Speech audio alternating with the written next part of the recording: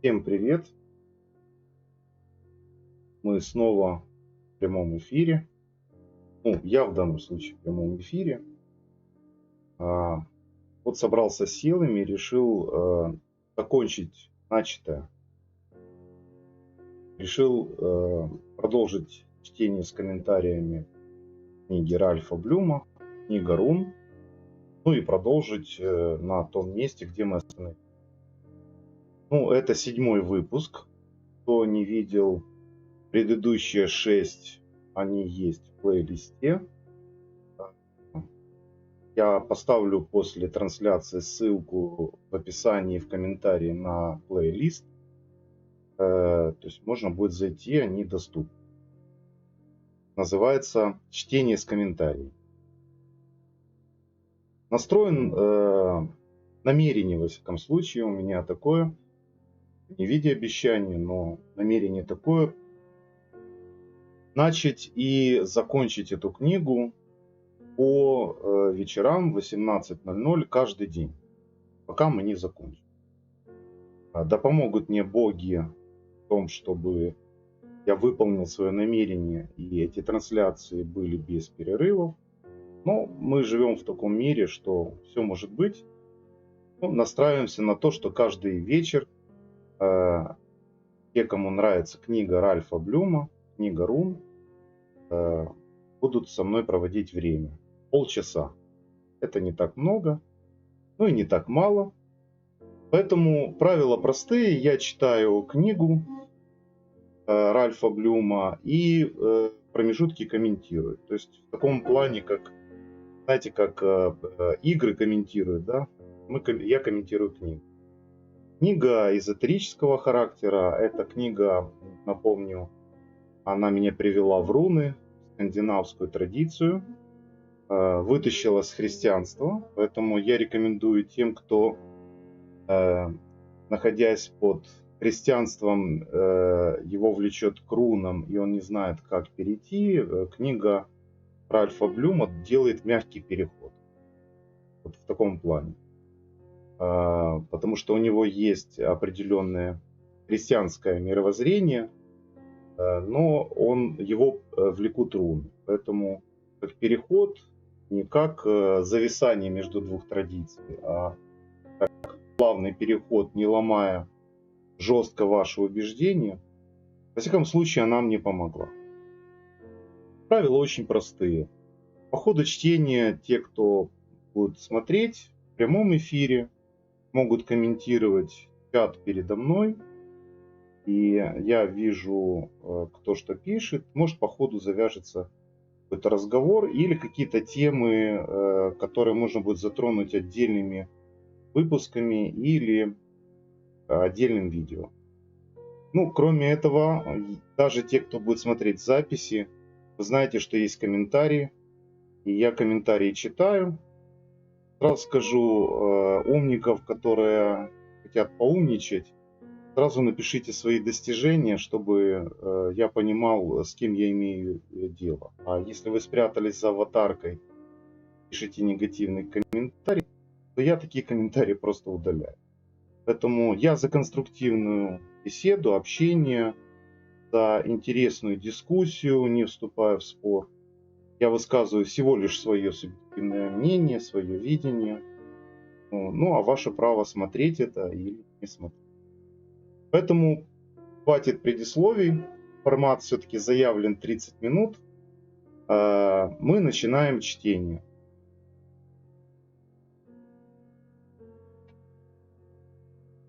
В прошлый раз мы остановились на 57-й странице. В данном случае, скорее всего, она является копией печатного издания. Поэтому, наверное, соответствует 57-я страница печатному изданию. Мы остановились, трехрунный расклад, и это, в общем-то, начнем. Очень интересная тема.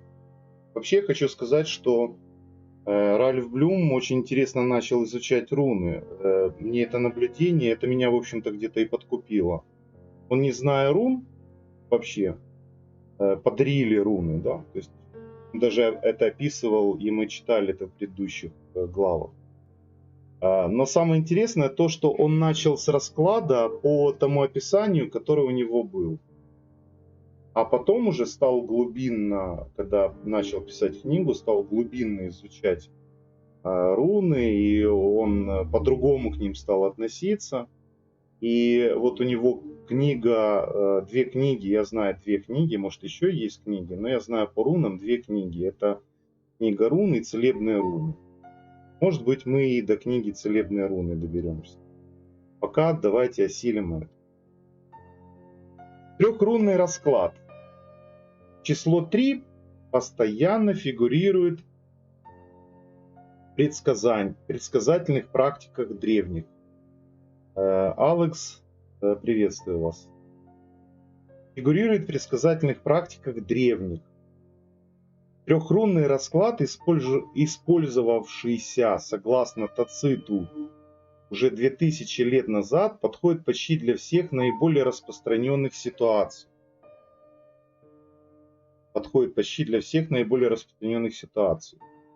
Согласен. Я чуть позже прокомментирую относительно трехрунного расклада.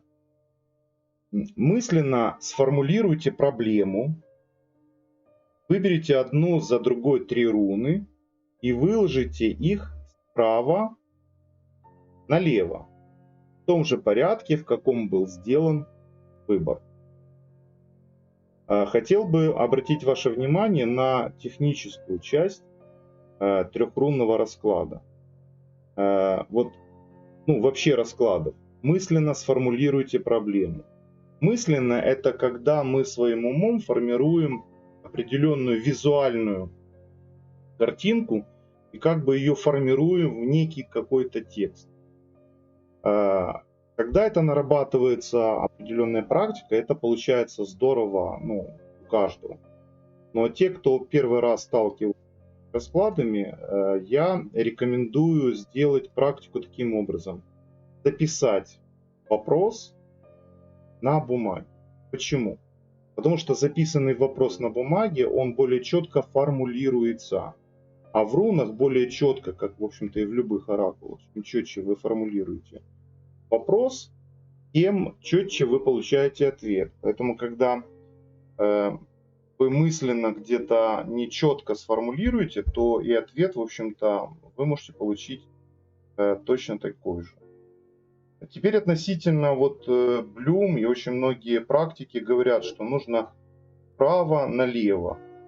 Если кто-то считает, что это необходимо сделать, то есть это определенное правило, то есть это определенная установка для вас, то делайте так, как вы считаете нужным. Я же делаю, например, слева направо, так как привык читать. Я не вижу в этом никакой загвоздки. Слева направо или справа налево, так как я разбирал систему раскладов или саму систему информационной щитки инфополей, то вопрос в том, как вы выставите позицию, это всего лишь навсего адресация в определенные информационные поля. Вот где-то так. Вот сноска Блюма, очевидно, внизу я прочитаю. Я предпочитаю записывать на листе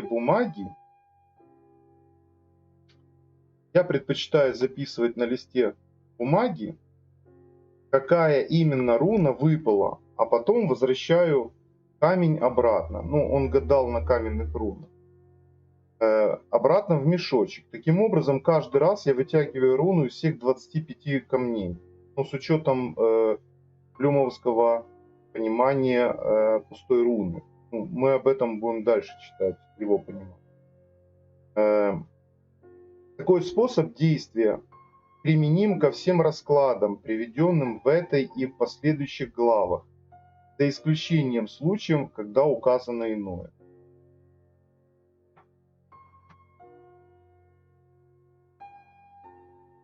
Здесь вот такой вот момент, на который тоже хотел бы в этом комментарии обратить внимание. Вариант вытаскивания каждой руны отдельно, то есть, например, у нас есть позиция из 3 рун, да?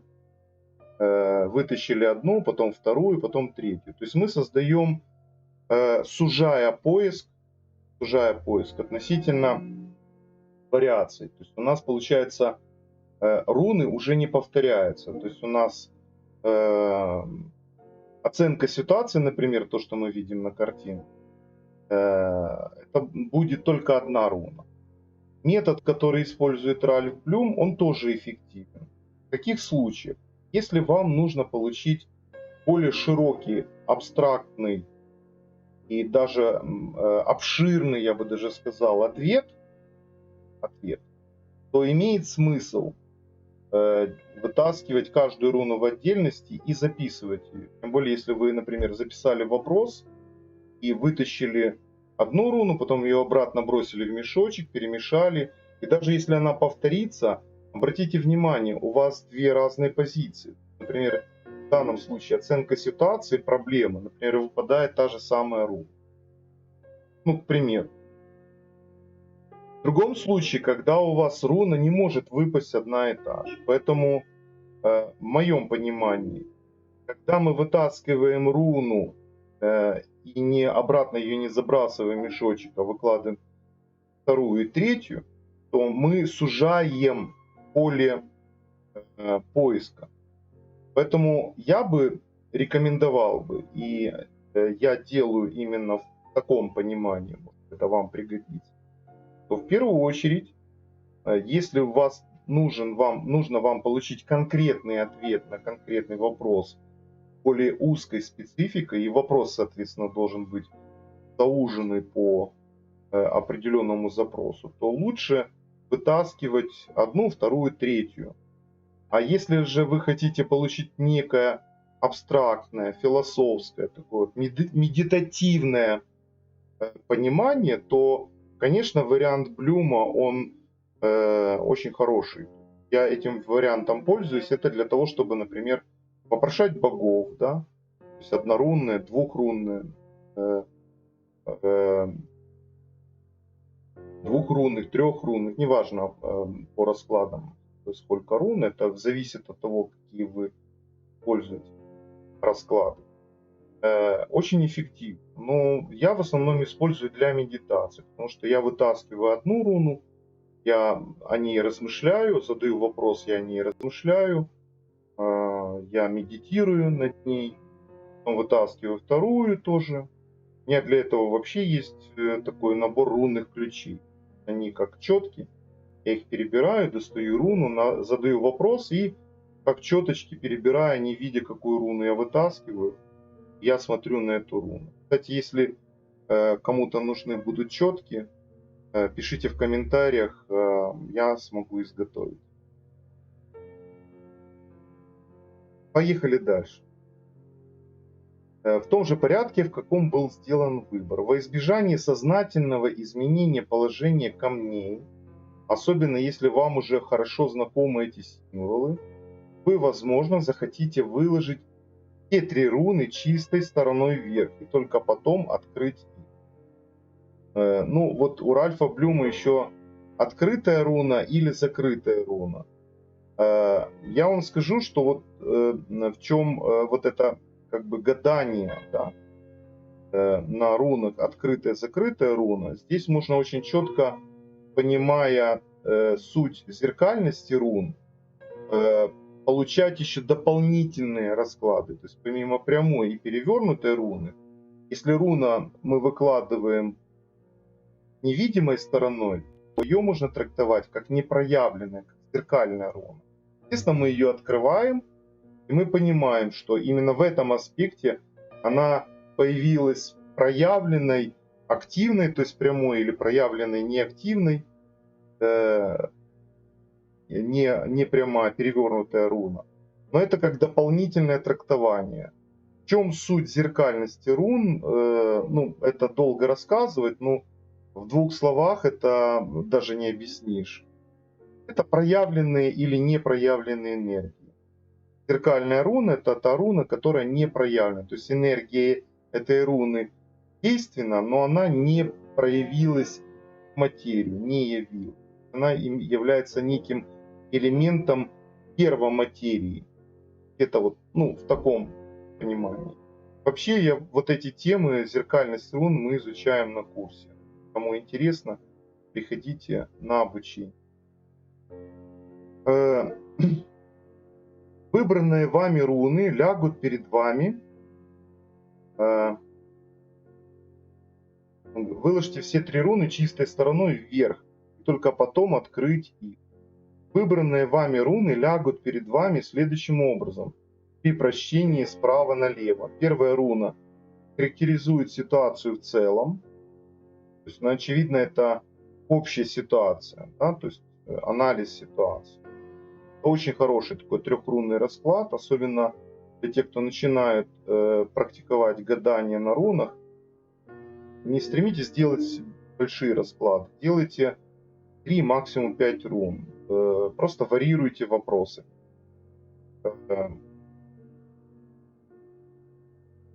При прочтении справа налево первая руна характеризует ситуацию в целом. Вторая руна в центре отождествит проблему. Ну, отождествит, то есть покажет ее относительно вас. Третья же руна левая укажет нужное направление действий. Кстати, вот я хотел сказать, что в этом плане мне очень нравятся руны. Знаете, в каком плане? Они мне нравятся относительно того, что они не просто раскрывают ситуацию, знаете, а они дают подсказку, совет, что делать. То есть не оставляют без помощи, без совета. А иначе в какой смысл вопрошать руны, если мы не можем получить от них совета? Вот это то, что меня всегда привлекало и привлекает в рунах. Это очень здорово, очень классно.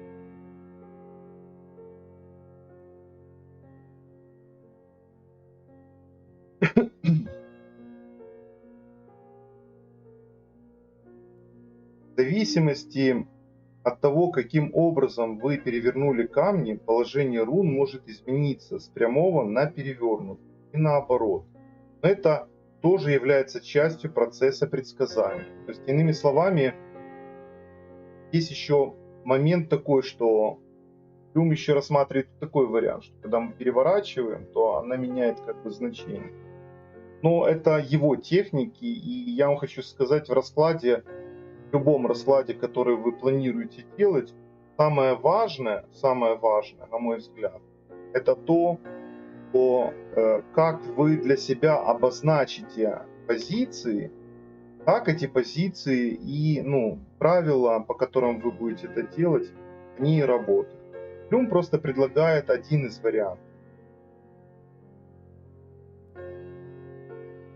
И наоборот, но это тоже является частью процесса предсказания, поскольку лишь 9 рун читаются одинаково в прямом и перевернутом положении. Интерпретация остальных 16 зависит от того, как именно вы выложили или перевернули камень. Ну, я хочу сказать вот еще одно такое. Давно не был на ваших эфирах, рад слышать, благодарю за вашу работу. Алекс, давно не было этих эфиров, поэтому чтобы лишь... Возвращаемся. Мне очень приятен ваш отзыв, я даже немножко растерялся. Ну, возвращаюсь. Одинаково в прямом перевернутом положении. Интерпретация остальных 16 зависит от того, как... 16. Блюм имеет в виду и пустую, вообще 15. Обратим. Как именно вы выложили или перевернули камни. На что хочу обратить внимание. В некоторых диагностических аспектах, когда мы работаем с энергетикой, то в диагностике даже обратимые руны можно обозначать как прямую или перевернутую. Вопрос в том, как мы ее обозначаем или понимаем. То есть, например, есть у меня некоторые диагностические расклады, при которых я рассматриваю трактовку активности энергии или неактивности энергии, проявленности энергии или непроявленности. Иными словами, я взаимодействую, так сказать, с транспарентными рунами и рассматриваю даже транспарентность обратимых и необратимых рун и рассматриваю их в определенных аспектах потоковых энергий. Это опять же то, что касается темы обучения, где мы изучаем аспекты потоковых каналов, в данном случае меридианные и коконные, как они образуют биополе и так далее. Поэтому в данном случае их можно трактовать и 9 необратимых рун тоже именно с этого аспекта. Но это только в некоторых диагностических раскладах, где мы рассматриваем в первую очередь энергетику процесса, не саму событийность, да, а именно энергетическую составляющую. И хочу заметить, что диагностики на рунах, они несут характер моделирующий, даже транслирующий. В некоторых случаях некоторые расклады могут фиксировать трехмерный импульсный поток времени, который отражается и на линейном времени. Ну, проще говоря, простой расклад может создать в вашей жизни застой событийных моментов. Ничего не проявляется, ничего не происходит. Поэтому некоторые диагностики нужно совершать крайне осторожно, с полным пониманием, что вы делаете. Такова сила рун. Давайте разберем пример толкования. Ко мне обратился мой приятель с просьбой разложить руны после того, как его оставила жена. Он очень переживал по этому поводу, понимая, как много для него значили эти отношения и страдая по поводу своей утраты. Его проблема была такова: чему я должен научиться в результате нашего расставания? Тут я хочу обратить ваше внимание. Ну, во-первых, Ральф Блюм — это американский автор, и у них, например, вот эти моменты для них, ну, в самом менталитете воспринимаются совершенно по-другому. Это первое. Второе. Хочу обратить ваше внимание на сам вопрос. Вот ушла жена, он не стал задавать, почему она ушла, или какова причина ухода. Смотрите, как он ставит вопрос. И Ральф Блюм описывает, чему я должен научиться в результате нашего расставания. То есть совершенно иное понимание. Не почему, не зачем, а чему я должен научиться в результате нашего расставания. То есть такой, знаете, интеллигентный момент понимания, что у каждого своя судьба, каждый идет своим путем. И задать такой вопрос — это пример того, что этот вопрос очень, знаете как, очень разумен, очень четок. И вот дальше мы увидим, что и ответы были аналогичными, более четкими. Чему я должен научиться? Вот руны, которые он вытащил. Ральф Блюм еще дает и вытащить руны. В определенном смысле энергетически это даже очень здоровски. Он доверяет определенному действию, определенному, ну, движению, да, будем говорить. Сам человек наполняет энергией. Затем скажу, это зависит от того, насколько вы воспитали энергию самих оракулов, с которыми вы взаимодействуете. Если вы практикуете, по примеру Ральфа Блюма, то есть даете возможность вытащить человеку мешочка рун, это тоже, кстати, очень здорово. Ну, как один из вариантов. Почему? А почему бы и нет? Он так говорит. Итак, выпало, напомним расклад. Альгиз — это у нас перевернутый, выпал в поле оценка ситуации. Гена прямая, выпала проблема. И совет, что делать на аутизм. Прямой. Ну, кстати, вот хоть Ральф Блюм и говорит, что они не имеют прямого и обратного, но вот в трактовках где он дает прямую перевернутую, наутис он почему-то дает. И, кстати, если вы заметили, он изображает ее как некое подобие креста. Тоже ну, как бы обращая ваше внимание на его восприятие. То есть он пытается совместить христианскую культуру, ну, здесь, скорее всего, нью-эйджевская культура верования, да, с рунами северной традиции. Ну, это его видение. Эти 3 руны были интерпретированы следующим образом. Справа налево. Первая руна Альгиз, перевернутая. Руна покровительства характеризует его состояние как состояние беззащитности, уязвимости. Это совет помнить о том, что только правильные действия и корректное поведение смогут обеспечить защиту в данный момент. Он должен осознать и перерасти эту свою потерю. Как здорово, правда? Тут даже вот нечем возразить такое трактование, ну, лучше и не скажешь. Вторая руна Кана, ну, он называет ее Кана, ну, хорошо. Я называю ее Кена, это германское название. Руна раскрытия. Он ее называет руна раскрытия. То есть мы помним, что руна Кена это огонь, факел, скрытие, да, знание, понимание. Он получает поддержку, ему следует верить в собственный успех и обдумать, какие сторон прежнего его бытия должны претерпеть изменения. Иными словами, Кена в раскладе проблема. Ну, в чем проблема? Проблема, ну, я бы добавил к раскладу, Кена открывает суть того, что произошло, суть проблемы, да? То есть она открывает.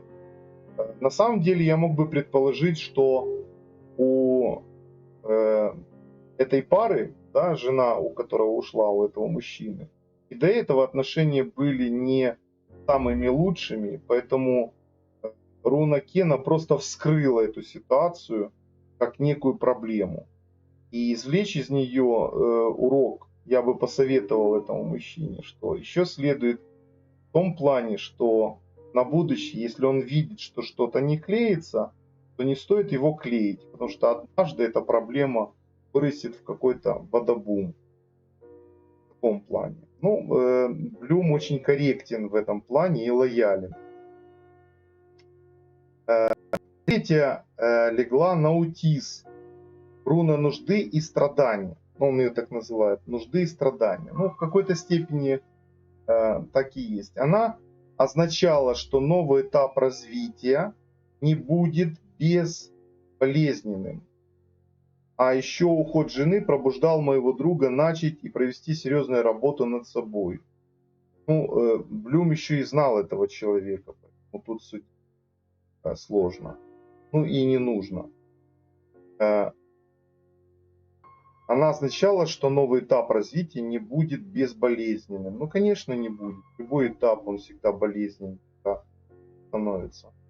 Тут я бы сказал, что в этой ситуации в наутизе еще проявляется в некотором смысле газ, изменение, трансформация совокупно. Мы помним, что в каждой руне существует часть другой руны, да? Вот, поэтому это очень важно. Ему было рекомендовано проявить старание. Более того, эта ректификация должна была предшествовать успеху. То есть вот это осознание предшествует успеху. Вообще любому успеху предшествует определенный анализ и понимание теперешней ситуации.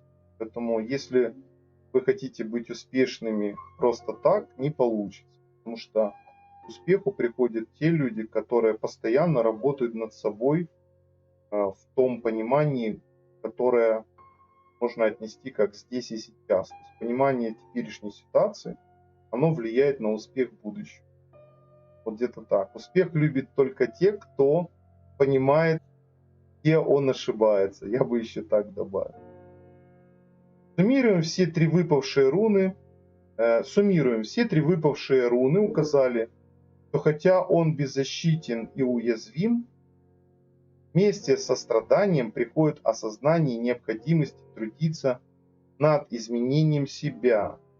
Ему напоминает, что по мере его продвижения вперед, ему не следует забыть о том, что всякое испытание идет на пользу. Ему напоминает, что по мере его продвижения вперед, ему не следует забывать о том. Ему не следует забывать о том, что всякое испытание идет на пользу. Вместе со страданием, то страдание приходит осознание необходимости трудиться над изменением себя. По сути, можно было прочитать и дальше не комментировать. Но у нас чтение с комментариями, и время потихонечку вышло, незаметно пробежало, я даже не заметил. Мы встречаемся завтра в 18:00, да помогут нам боги быть в это время вместе. И мы продолжим чтение 60-й страницы. Да, 60-й страницы. Мы обсудим с вами пятирунный расклад. Вы также не забывайте, кто не подписался и будет смотреть, подписывайтесь. Вот так. Туда вот надо показывать его. Подписывайтесь, ставьте на уведомления. Я стараюсь выкладывать каждый день ролики или старые какие-то ролики фрагментами, или что-то новенькое. Ну и завтра жду вас снова на встрече. Всего вам доброго. До новых встреч. Всех благ вам.